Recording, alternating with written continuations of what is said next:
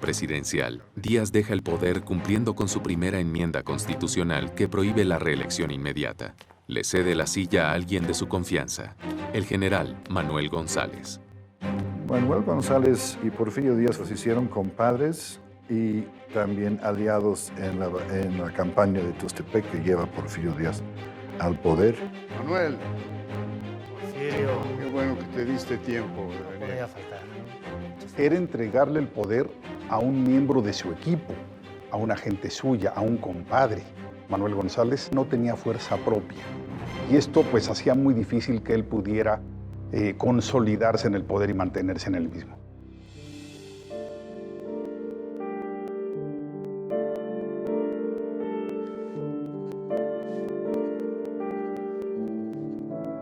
Se dan cuenta de que no va a ser posible la repatriación como se había pensado originalmente. Esto, indudablemente, para ella fue de una gran tristeza.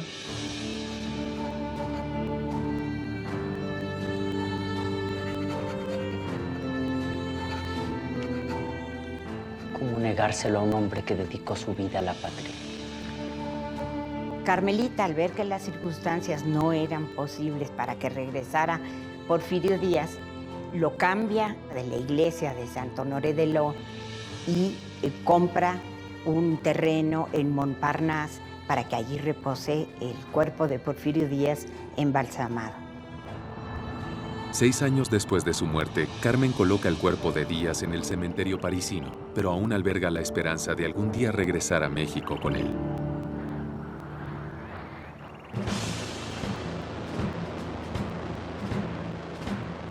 En 1884, después de los 4 años del gobierno de Manuel González, Díaz es reelecto a la presidencia. A Porfirio Díaz siempre le gustó, le interesó gobernar cumpliendo con la ley. Por lo tanto, cuando quiere regresar al poder tiene que enmendar la Constitución y permitir una reelección no inmediata. Por eso tiene que llegar, digamos, el interregno de Manuel González. Al finalizar su segundo periodo, se acerca de nuevo el momento de entregar la presidencia. A ver, señores, ¿para qué me querían ver? Es tiempo de elecciones. Necesitamos elegir a su sucesor, señor presidente. ¿Para qué un sucesor? Me quedo yo. Pero es anticonstitucional, señor presidente. Cambiemos la Constitución. Luego hay una segunda enmienda para permitir una reelección inmediata y luego hay una tercera enmienda para permitir la reelección indefinida. El porfiriato es el régimen más personalista de la historia de México.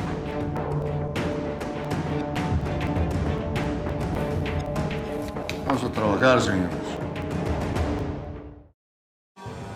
Porfirio Díaz regresa a la presidencia después del periodo de Manuel González. Necesitamos elegir a su sucesor, señor presidente. Esta vez no muestra intenciones de traspasar el poder. Me quedo yo. Enmienda la Constitución para permitir su reelección indefinida. Vamos a trabajar, señores.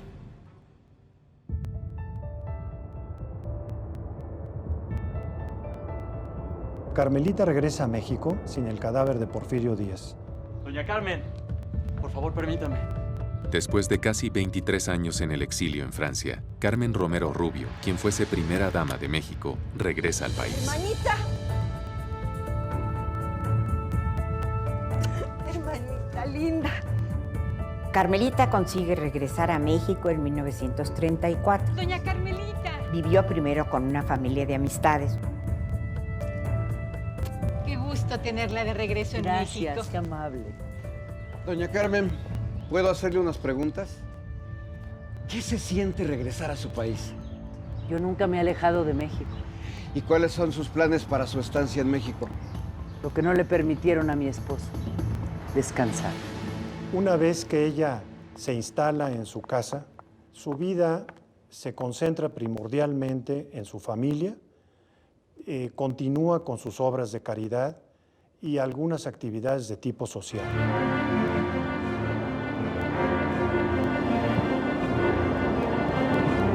Los inversionistas extranjeros no quieren arriesgar, señor presidente. Ofréceles beneficios que no puedan rechazar, Limantour. Necesitamos modernizar al país. Yves Limantour entra como ministro de Hacienda en 1893 y logra el primer superávit del joven país. La deuda externa llega a su solución final en el periodo de Porfirio Díaz. Esta fue la puerta para la apertura de los préstamos internacionales que le van a dar a Díaz y que van a ser el principal sustento del sistema financiero.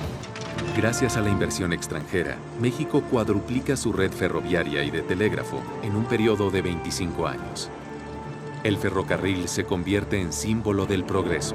Este es un periodo que se conoce como la revolución de los transportes porque hay una transformación del sistema de comunicaciones.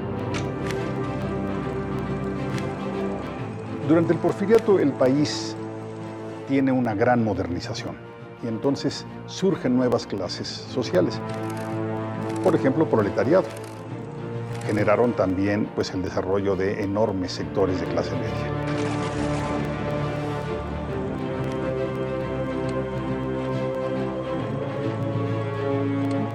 Y es este proceso de modernización que logra Díaz lo que hace que existan también desequilibrios entre las clases sociales.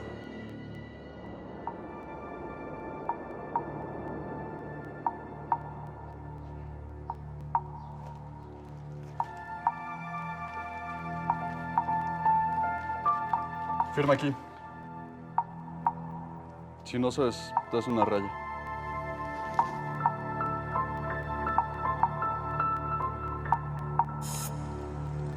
Los hacendados, sobre todo, para manejar a sus peones, a los que pertenecían a la hacienda, o incluso los trabajadores obreros en las fábricas, era pagarles con vales que ellos intercambiaban en la tienda, digamos, de la hacienda o la tienda de la fábrica cercana, o en especie, también se les pagaba en especie, ¿no?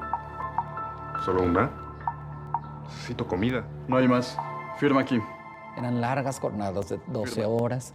No estaba reglamentado en sí su trabajo y tampoco tenían grandes beneficios o prestaciones, únicamente una tienda de raya que no funcionaba como los obreros hubieran querido. Nombre. Eleazar Gómez. La tienda de raya era un almacén. Generalmente, si no era el dueño, el hacendado o el que manejaba la tienda. Entonces la tienda lo que proveía era de alimentos, de vestido, de calzado. Las condiciones para los obreros de Río Blanco no contemplaban ningún beneficio o derecho como actualmente los conocemos. Eran condiciones infrahumanas. El gran círculo de obreros libres. Unámonos para que podamos hacer frente al burgués que nos explota. Estas clases nuevas tenían nuevas demandas. Demandas laborales, derecho de huelga, sindicalización. Y el tirano que nos vende. Guerra, muerte a la tiranía.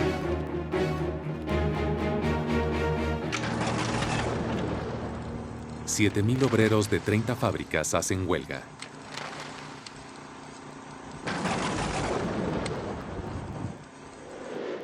Este es el laudo presidencial. Los trabajadores deben regresar inmediatamente a las fábricas, pero, por supuesto, habrá mejoras sustanciales en las condiciones laborales.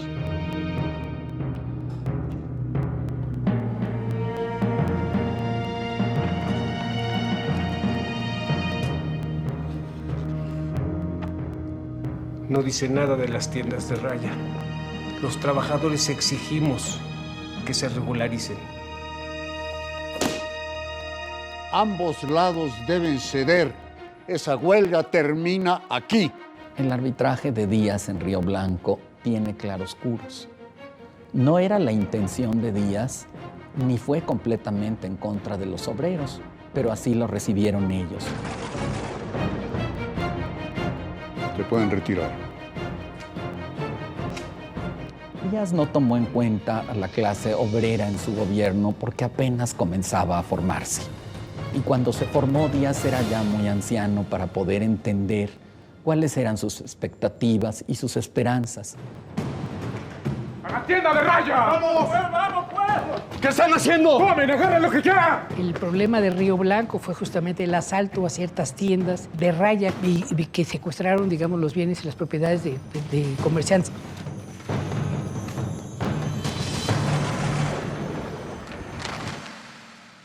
Desde muy temprano, Porfirio Díaz, su política es que no se tiene que aceptar ninguna revuelta en ninguna circunstancia, por justificado que fuese el levantamiento. Los trabajadores se están yendo en contra del laudo presidencial. Esto es inadmisible.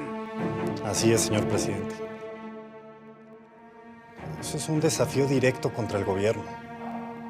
Díaz y Limantú favorecen al capital extranjero y a los empresarios porque ese es el sustento del proyecto porfiriano.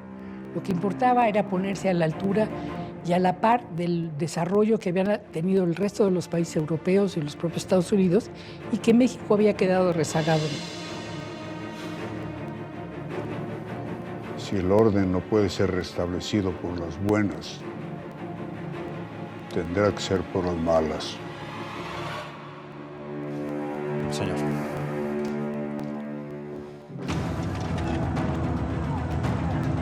Los éxitos económicos del gobierno de Díaz no benefician al grueso de la población que aún padece hambre.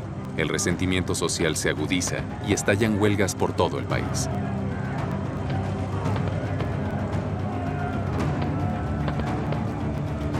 Muchos obreros mueren en Río Blanco y es desde luego uno de los antecedentes más inmediatos de la Revolución Mexicana.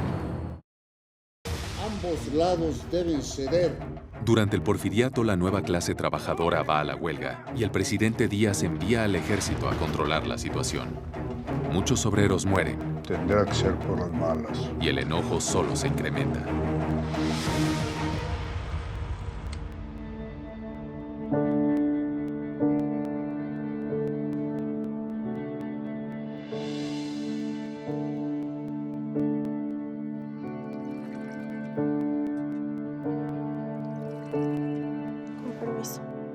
Muchas gracias. Nunca van a dejar regresar a Porfirio, ¿verdad?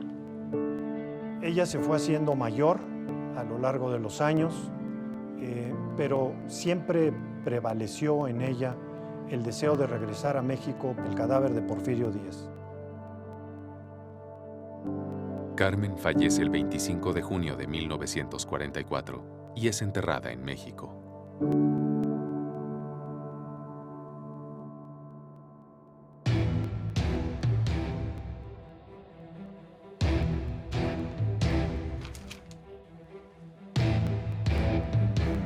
Para principios del siglo XX, Porfirio Díaz no tenía nada que ofrecer ante la problemática de las clases sociales modernas de los trabajadores.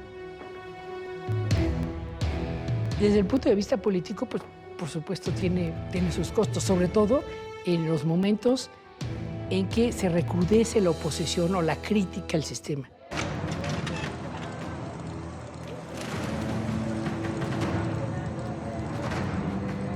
Hay prensa de oposición y hay prensa oficialista. Acosan a periodistas. Hubo una parte de la cárcel en la Ciudad de México, la cárcel de Belén, que era especialista y reservado para los periodistas. Si uno ve la prensa de los primeros años, es una prensa bastante más crítica que la que va a seguir después cuando se aplica la ley para la represión y el control sobre la oposición. La estrategia mediática del porfiriato da un giro inesperado cuando en 1908 Díaz concede una entrevista histórica. El objetivo de Porfirio Díaz, sin lugar a dudas, era reconciliarse con Estados Unidos. En Estados Unidos nunca se contempló un tercer periodo presidencial y Porfirio Díaz quería justificar que él iba ya por la sexta o séptima presidencia. Mr. Cleveland, trabajamos en el jardín. Señor presidente, le agradezco la generosa oportunidad para Pearson's Magazine. Por eso la entrevista se concede a este periodista y por eso se publica primero en la Pearson's Magazine. Usted ha gobernado México para 27 años. Sin embargo, asegura creer en la democracia. Yo creo que la democracia es la forma justa de gobierno, pero lamentablemente solo funciona en países altamente desarrollados. Lo que quiere hacer con esta entrevista es demostrar al gobierno norteamericano que por un lado que tiene el control todavía en el país y por otro lado que es capaz de reformar el sistema. Sin ofender, General Díaz, ¿cómo determina cuando México está suficientemente desarrollado para la democracia? Mire, Mr. Krillman, yo he esperado pacientemente a que México estuviera preparado. Creo que el momento ha llegado ya. Yo me retiraré del poder en el preciso momento en que mi actual gobierno haya terminado y no serviré de nuevo. A raíz de la entrevista con Krillman, despierta el deseo de un cambio y comienzan las especulaciones sobre la sucesión de 1910. La entrevista de Krillman alborota la caballada.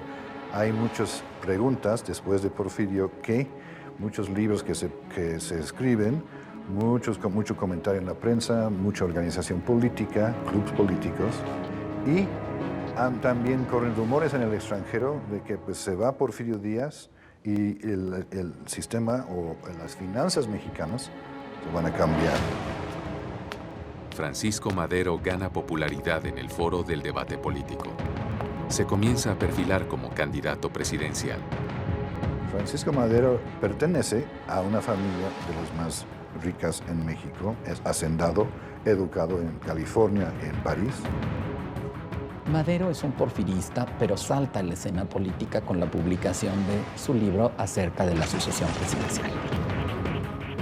El libro de la sucesión presidencial se refiere a la no reelección y al abuso de las reelecciones.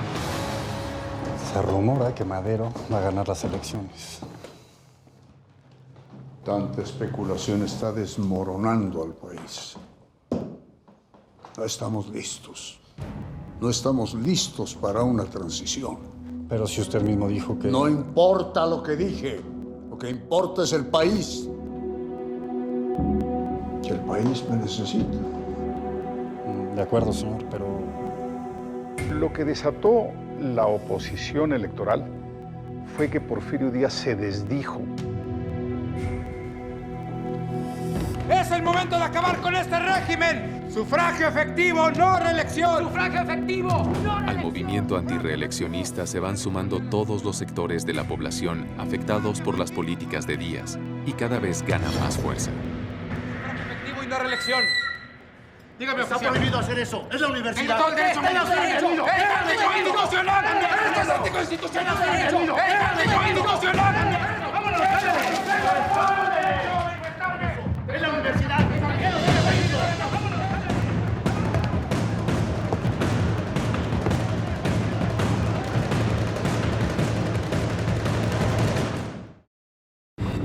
Usted ha gobernado México para 27 años. Porfirio Díaz declara en la revista Pearsons que se retirará del poder al final de su 7º periodo presidencial. No importa lo que dije. Pero se desdice y vuelve a reelegirse una vez más. Que el país me necesita.